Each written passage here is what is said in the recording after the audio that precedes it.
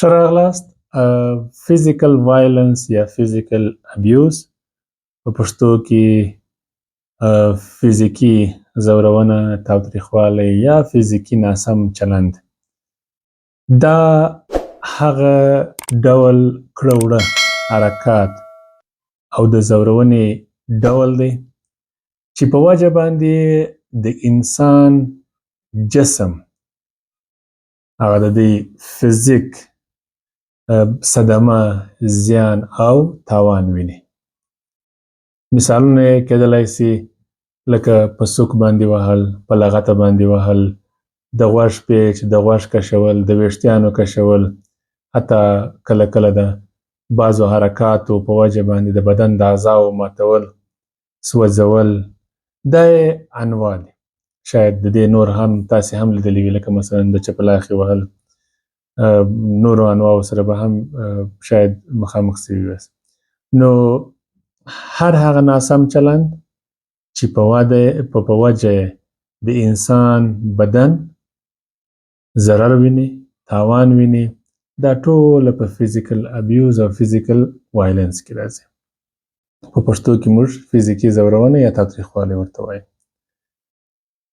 فزیکل وایلنس او فزیکل ابیوز دوی هغه اصطلاحګانې دي چې یو د بل پر ځای باندې ډېر زیات استعمالیږي، او په اکثره ځایونو کې فزیکل وایلنس د فزیکل ابیوز پر ځای، او په اکثره ځایونو کې فزیکل ابیوز د فزیکل وایلنس پر ځای باندې استعمالیږي، او په دې کې کوم مشکل هم نشته.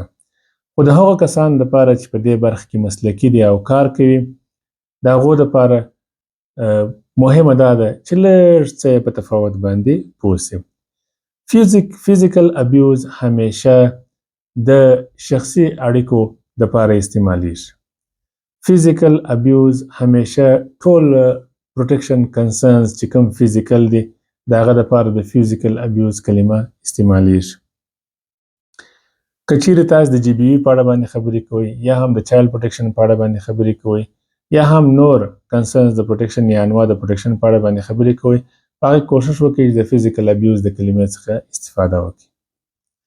فزیکل وایلنس چې دی، دا کلمه یو څه لویه ده، او تر ډېره حده پورې په بشري ناورینونو چې کله پیښیږي په هغه وختونو کې که په ټولنو کې بعضې ستونزې وي، که چیرې داسې وي چې ټولنیزې شخړې پیښیږي، یا مثلا موږ هغه کمیونل ډسپیوټس یا مثلا سوشل ډسپیوټس چې ورته وایو، او یا هم بعضې عمومي ضررونه یا تاوانونه چې خلکو ته رسیږي او بڼه او شکل فزیکي، د هغه لپاره کوښښ وکړئ چې د فزیکل وایلنس څخه استفاده وکړئ. اما تاسې به مختلف ګایډلاینونه مطالعه کړئ، مختلف لیکچرونه به وګورئ، په اکثره ارګانونو کې به وګورئ چې فزیکل ابیوز او وایلنس په دواړه استعمالیږي. په دې کې هیڅ مشکل نشته.